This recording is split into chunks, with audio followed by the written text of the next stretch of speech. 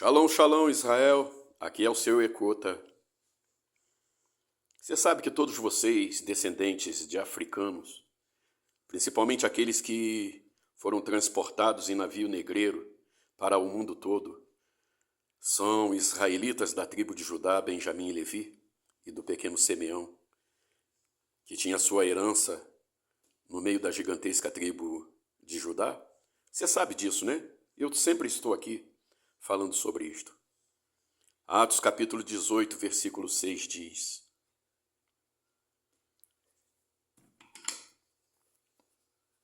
Mas resistindo e blasfemando eles, sacudiu as vestes e disse-lhes: O vosso sangue seja sobre a vossa cabeça.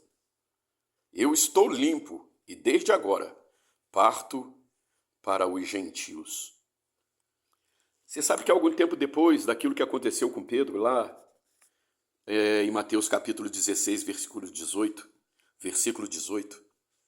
né?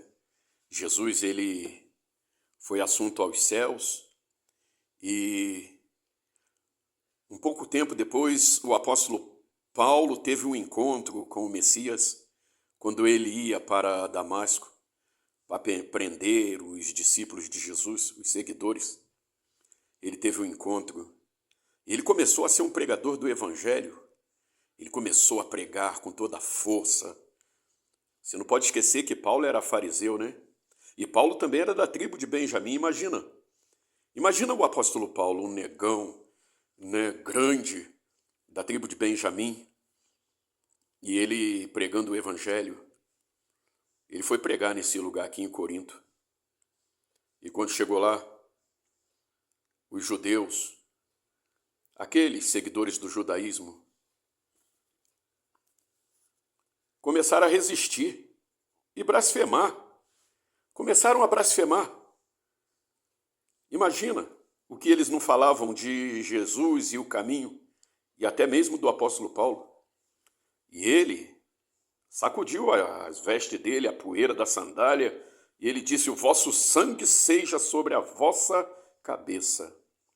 Não foi isso que os judeus, a tribo de Judá, falou na crucificação de Jesus, quando Pilatos perguntou: O que é que eu faço desse? E eles falaram: O seu sangue caia sobre a nossa cabeça e de nossos filhos. O apóstolo Paulo está repetindo a mesma coisa, porque agora ele vai pregar para os gentios. E o apóstolo Paulo, ele é o apóstolo conhecido como o apóstolo dos gentios. A igreja do Senhor, ela foi criada. Lá no capítulo 16 de Mateus, versículo 18, Jesus falou que a porta do inferno não ia prevalecer contra a igreja, né? Ele falou sobre esta pedra edificarei a minha igreja. Você sabe, a pedra não era Pedro. Pedro nunca foi pedra. Muito pelo contrário, Pedro até depois foi assassinado também pelos judeus. Crucificado também.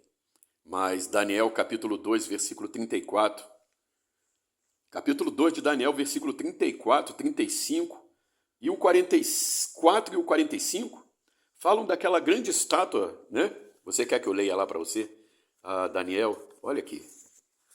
Vamos lá em Daniel. Capítulo 34. Você sabe que Daniel era da tribo de Judá, né? Daniel era da tribo de Judá. Daniel capítulo 2, versículo 34 diz: